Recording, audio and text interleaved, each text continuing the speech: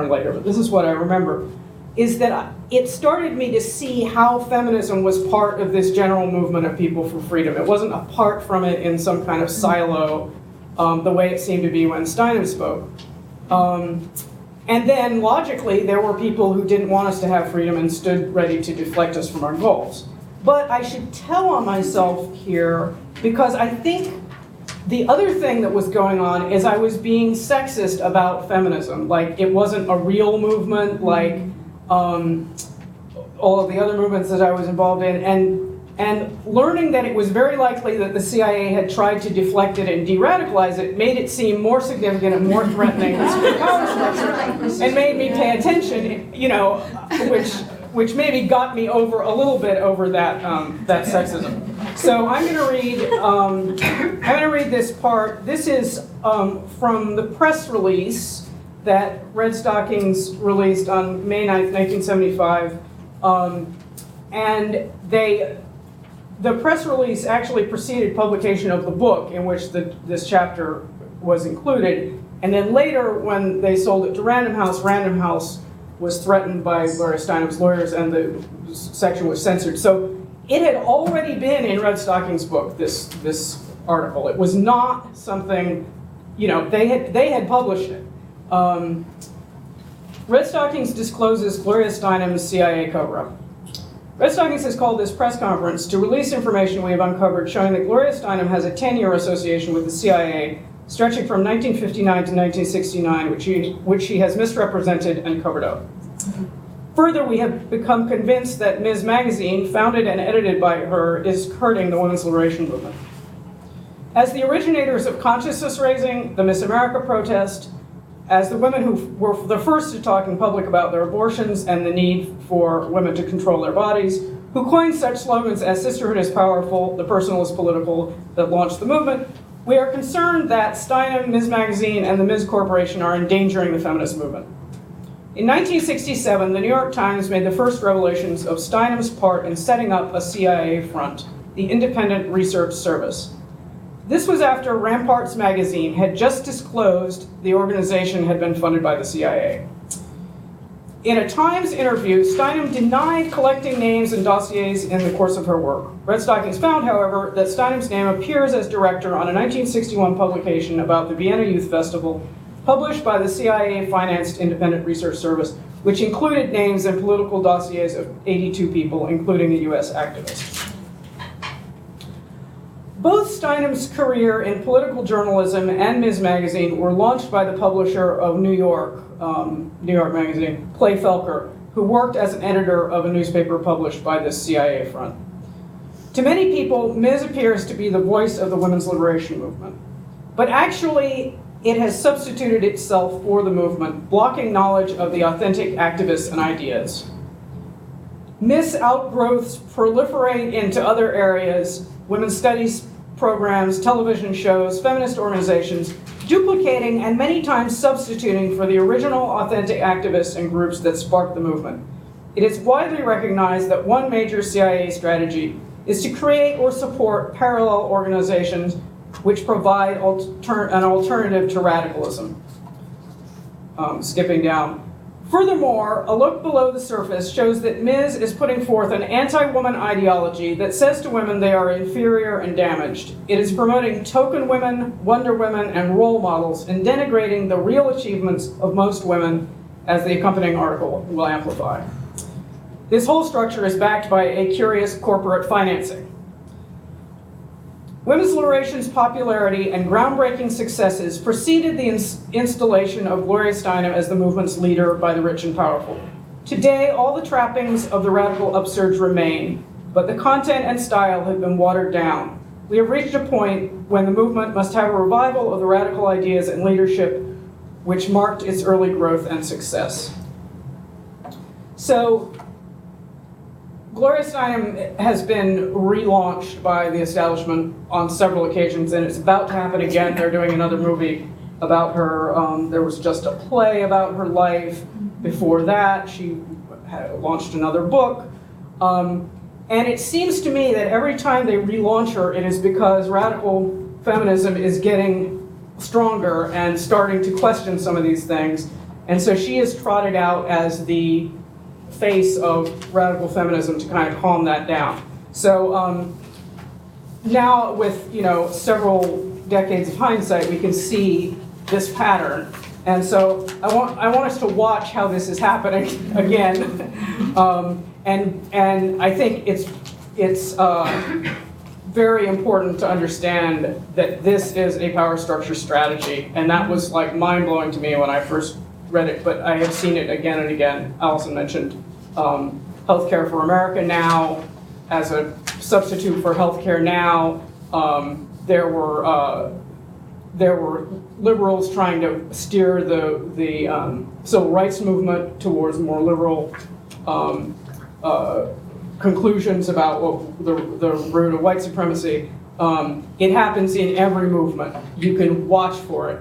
Watch for it. No matter what you're doing, there will be some kind of parallel organizing. And for us, Gloria Steinem was it.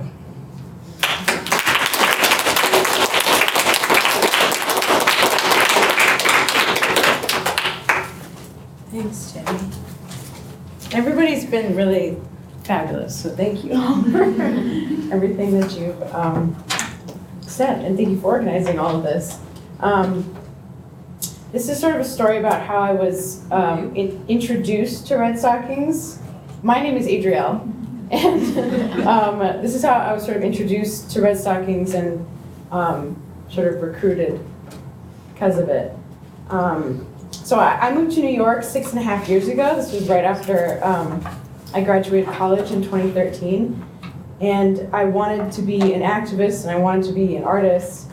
And I was a senior at Arizona State in Phoenix when I went to this event that was called Radical Provocations. And I heard Kathy speak over the course of several days along with T. Grace Atkinson, who's another feminist theoretician who's a powerhouse.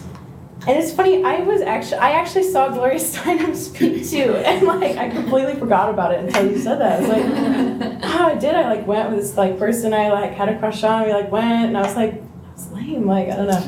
Anyway, my note says I also saw Steinem speak. Lol.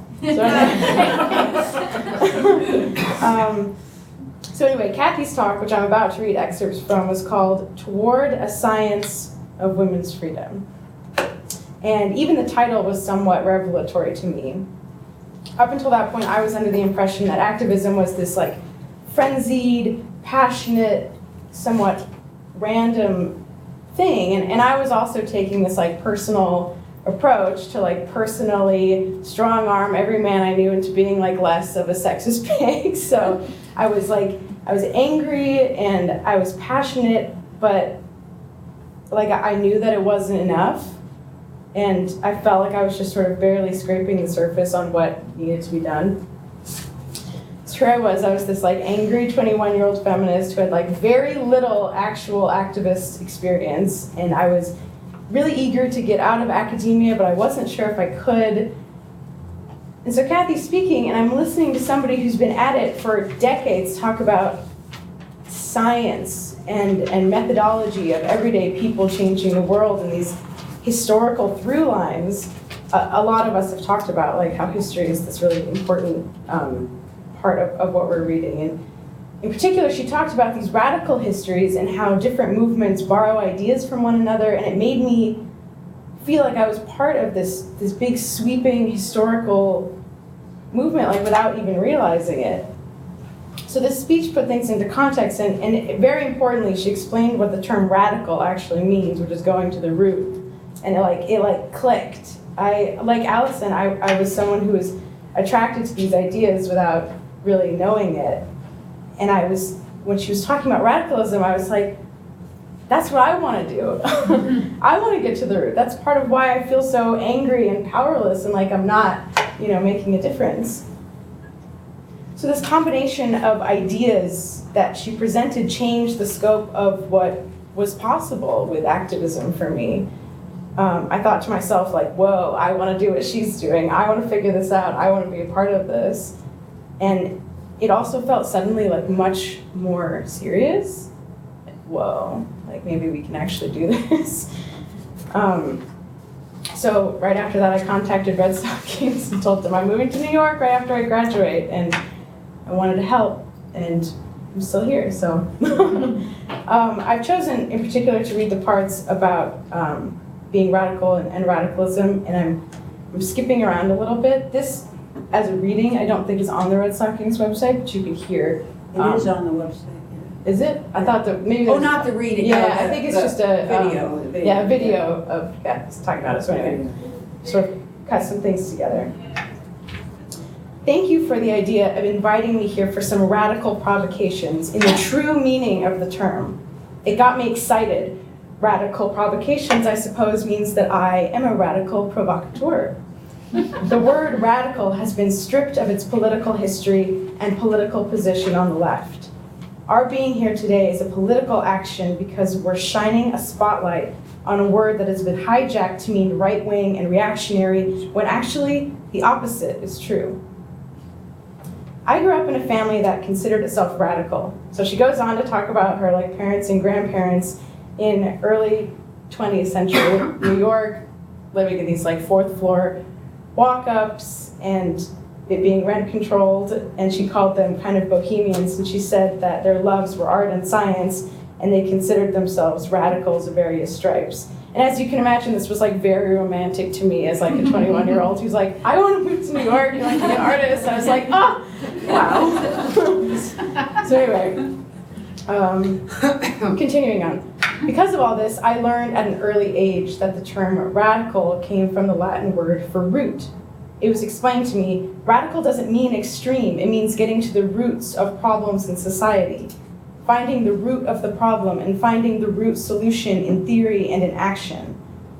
Somewhere along the line, I also got the impression that the word radical also had something to do with being scientific, with a scientific approach. And science meant, after all, that you not only looked for a theory of why things were the way they were, but that you had to put your theories to the test of practice, of experiment, and of experience. Skipping down. But did the women who called themselves radical feminists see ourselves from the beginning as being engaged in a science of women's liberation? Did we see ourselves as being scientific feminists, to paraphrase Frederick Engels, who coined scientific socialism? As we embarked on trying to start a mass women's liberation movement, we would have a lot of learning to do, and there would be a lot of trial and error, a lot of experimenting as we went along. Many of radical feminism's basic principles, unbeknownst to any of us in any solid chapter and verse way, were actually basic principles of a general radical heritage, a part of a lost revolutionary consciousness that was far better known in the United States in the early 19th century, or the early 20th century and the 19th century, than they were to the radical activists of the 1960s and certainly today.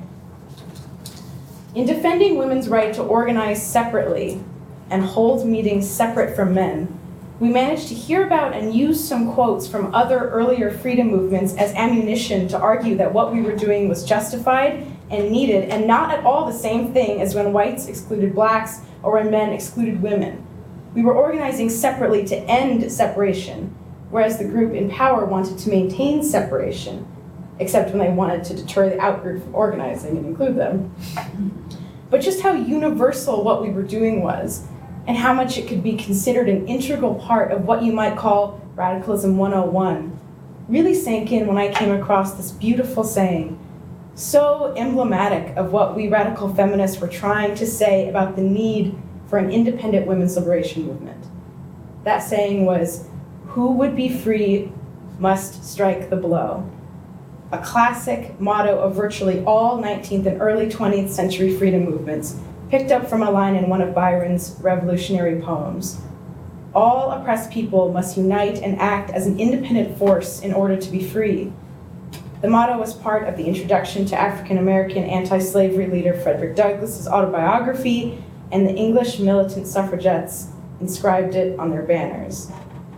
Marxism applied the same principle to the rising new working class, the wage workers in a capitalist economy. This is how she finishes. I'm skipping around a little bit. I'll sum up with some really core ideas I've learned that I believe are just critical to our successfully making a movement for women's freedom.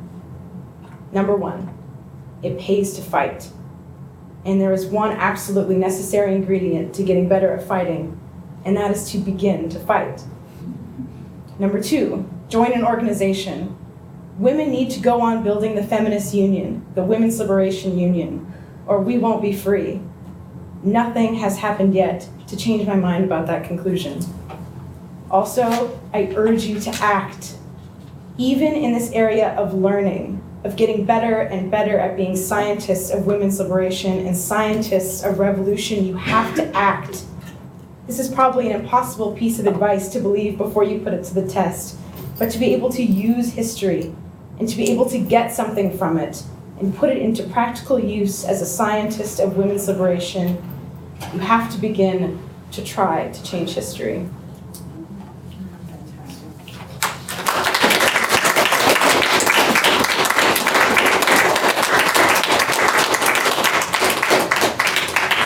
So April came here and went to work for Redstockings. All right, so now I'm going to ask you to become dues-paying members of National Women's Liberation and Redstockings, and I'm also going to pass the can around for pass the hat tonight. Can. So there's a quote that's in a little box here in Feminist Revolution from Kwame Nkrumah, who said, "Thought without action is empty, and action without thoughts is blind." So what makes our groups endure and what makes us effective is that we have both thought and action. Our use, NWL's use of Redstockings ideas for activism, pro-woman line, CR, sisterhood is powerful, these are how we win. Our actions based on applying these ideas to our lives. One of these ideas is dues-paying feminism. We're funded by us. We're not funded by corporate grants or shareholders or board members who will assert their agenda. We're in control because we're funding our movement. Membership in our groups is not like giving a charity or donating to a good cause. We women are paying our dues to our women's union, like Adrielle said. We will fight for each other and our lives. I know that I can come here with my grievances and you all will fight for them. Right. We're committed to being triply militant, and I want to highlight our Women of Color Caucus, which is comprised of the women of color in our group, to meet separately and analyze their experiences and conditions as women of color, so that the group as a whole can fight against racism within and without the movement and can recruit more women of color into the movement, because we're all in this together and we need all of us. I feel the power of having the backing of these groups in my life, and that's why I'm a dues-paying member. I pay monthly dues, comes right out of my bank account. I don't even have to think about it, and you can too by going to womensliberation.org and redstockings.org. And tonight, where did I put it? I am going to put $5 into the can and pass it around.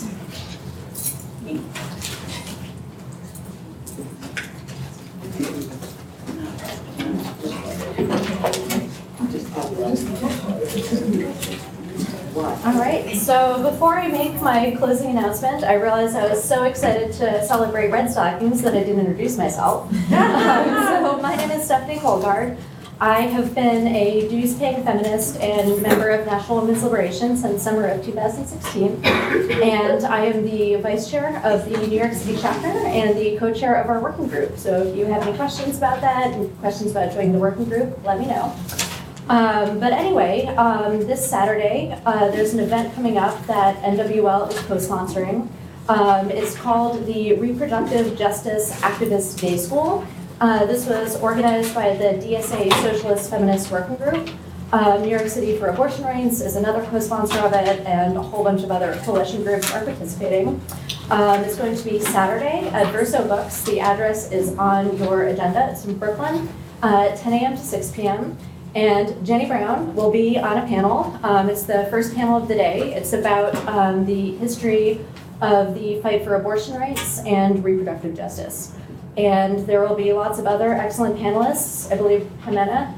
Yes. Jimena's going to be a panelist, and I am organizing the panel on reproductive justice and labor, which is immediately after the one where Jenny's gonna be speaking. Yeah, so definitely go. And then also Liz Winstead, who is the creator of The Daily Show and founder of the Abortion Access Fund, she is going to be there too. So I highly recommend that everyone go. It'll be a great place to not only support reproductive justice and abortion rights, but meet a lot of other activists and figure out how else you can continue to be involved in the movement.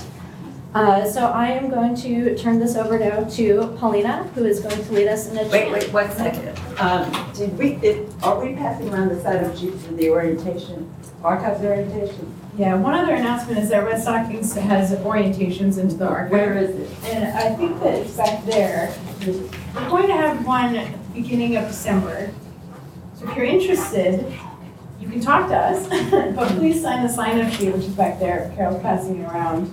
Okay, and then people, we don't have dues, we have we raise money too. Did people put money in here? Is that That's for everyone. That's for everyone, Yes. okay, so let me That just, one, yours was already full, so. okay. All right. Okay, so the money in that one, does that go? Yeah. No, we don't have dues on the website, that's But you can it's donate. like- It's after you've been working with the organization for a while that we begin to do the dues. It's contributions until then. Yeah, if you haven't taken one of these great stickers, just jump you should make a donation. The back peels off, and you can put it on male chauvinist things, on the subway, on your father's head. I mean, I have stuck this onto men, no kidding. Donate some more and take a few stickers. Sorry, just real quick, before I turn it over to Paulina, I believe Fran Locke has an announcement. Yeah, oh, great, well, announcement. First of all, I just want to say thank you. I'm learning continuously. I mean, so much was presented just now. Unbelievable. Okay, first of all, for the last 17 years, I've been doing a radio show on WBAI radio, a leftist, not commercial, supposedly people's radio station. And I was inspired to do this by basically Redstockings and radical feminism. So, and that remains the spine, really, of what I come from in the show. Okay, so let me first just tell you the show's time has moved again. We are now on Mondays at 9 to 10 p.m. And you can find it at 99.5 FM, still terrestrial radio, that's a story, and also it streams at WBAI.org. Okay, so the show does need your support. It needs your support terrifically. To make a long story short, there's a continual war against feminism at WBAI coming from the left. Okay, I kid you not, I could spell this out. I'm very isolated there. I could also need those of you, and I've spoken to Redstockings about this, interested in feminist radio and working with it. Frankly, I need you very, very much because I'm pretty isolated there. And it's very hard to maintain the show without more of a cohort. People come and go, and they go to graduate school and they leave, you know how it is. So I'm doing this virtually alone. This other thing I wanted to mention, if I can take another minute or, okay, is that WBAI just went through a major attack that knocked it off the air for 1 month, and we didn't know if the station was over or we'd ever get back on the air. It came from what I would say is a corporate wing of our own Pacifica National Board. We're part of Pacifica Foundation, which has 5 stations like us, completely listener-supported, different cities in the country. Just went through a major attack. We were shut down. They came in with security guards. They rebooted the transmitter. They fired everybody. I could go on. They even rewrote the Wikipedia page. I mean, it was insanely planned. And we were in court all month. And we had rallies and we organized, and we've never been more like fighting and organizing BAI. Okay, we won. We got a good judgment November 6th, and we're back on the air. And it's a chance of a new beginning. There's a lot of attention on WBAI right now because it's gotten all the papers. So that is another reason why I'm asking for participation, listening to the show, calling in when, on different topics, when I open the phones. I really want to hear the feminist voices, I want to hear the radical feminist voices. joining me in various productions, and Stephanie was just on last week, right? Talking about repeal. Yeah, it's Right. always fantastic Right, being right, on your right. show. So, whatever NWL does, gets on to, anyway, so that's it. Call for unity. Know that this has happened to WBAI. Know that we're on 9 to 10 p.m. Listen and please participate. Cool, thank you so much, Leah. And then we also have an announcement from Tamara. Jenny Brown and I collaborated on a comic book page. And it's going to be published in World War III Illustrated magazine that is having a women's issue, and the release party is going to be on Sunday, December 8th, and I forgot to bring the time and the place, but I can email it to a bunch of you, and there's a Facebook event that you could probably look up. And the day before that, having nothing to do with feminism in any direct way, I am organizing and performing for a fundraiser for an ecology group called Sane Energy, and there's flyers, and you can ask me about it. Cool, awesome, thank you so Yeah. much. So now I'm gonna turn it over to Paulina to lead us in a chant.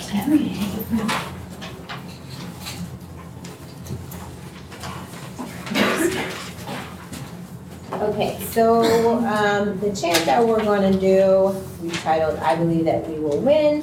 I don't know the exact origins of the chant, but I know how it came to NWL. So in our sister chapter in Gainesville, a number of our members there were organizing around the time with the Dream Defenders, and this was shortly after Trayvon Martin's killing, and the Dream Defenders was a very activist group organizing on a number of things in Florida, and I think a lot of their demands and articulation of sort of the conditions and why those exist are radical. But anyway, look up Dream Defenders and read some of their political statements. And so this chant was a popular chant that was being led, and that some of our activists who were supporting their work picked up there and brought to the rest of us. So we decided, even though we spent the most of the evening looking backwards 50 years, we want to remember that this is a present fight, this fight continues, and to sort of look forward to our goal and leave on a high note. There are a lot of things to be pissed off about. So it's kind of in the beginning in a call and response. So I will say something and then you will repeat it. And then once we get to the end of the phrase, I believe that we will win, we will just repeat that phrase together in unison. We'll do that 5 times, and then we encourage you to look at the Redstockings Traveling Archive. Just want to give a shout out to Charlotte, who has been really instrumental, I think, in working with Redstockings to make this traveling timeline come alive and also look wonderful. And Charlotte also designed a lot of the buttons that we have in the back, like this one, we, the women. I love this button. So please, thank you for your work and your contribution. If you have talents, we need them. So web design, your director, producer, radio, let us know, and we want to get involved. Okay, so, ready? Does everyone, do you want to sing? Yes. Okay. I believe that. I believe that we will win. I believe that we will win. I believe that we will win. I believe that we will win. I believe that we will win. I believe that we will win.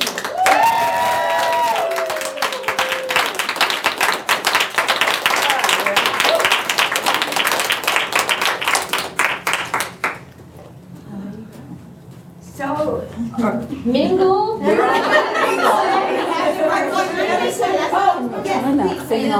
Yeah, well, we'll see if we can turn it. As probably you know, November 25th is the International Day for the Elimination of Violence Against Women. And this is a very big day for the Latin American feminist movement. So besides being part of the DSA, which Stephanie made allusion to, I am also part of this other group, Women's Strike New York City, and we are going to be partnering with feminists from different parts of Latin America that are here in New York. And we want to, on November 25th, we're gonna have a vigil on Union Square in the north side. And the whole focus of the vigil is gonna be around state-sanctioned violence against women. Especially, since you probably have been hearing the news coming from Latin America, there's a bunch of popular uprisings, and some of them are marked by huge repression, like in Chile, and especially repression against women. There's this systematic kidnapping and rape of women by the police in Chile that is really not making news. So that's happening, and also numerous land defenders that tend to be women are being murdered all over the continent. So we would like to bring all those struggles and kind of like honor them here, and also connect that to the struggle against prisons in the US and against immigration, the immigration enforcement system. So we're kind of like doing that mix, bringing groups organizing around all of that, and it will be wonderful to have you there. It's Monday, 25th, Union Square, North Side, 6:30 p.m. And on the Sunday, the 24th, we're going to have a big appeal here in this building from 2 to 5 p.m. So if you want to come, it will be amazing. We're going to have some special people coming. There is this land defender in Honduras that was murdered shortly after Berta Cáceres, Margarita Morillo. She's not that known as Berta, but they were equally relevant in the struggle. Her daughters live here in the city. They are gonna be in the vigil, and among other very important guests that have been survivors of state-sanctioned violence. So if you can come, it would be appreciated. Where will it be? Union Square. In the north. Sunday. Oh, Sunday here. Yeah, I think it's room. It's not the room 4202 on Sunday from 2 to 5 p.m. Right? That's on Sunday, and on Monday 6.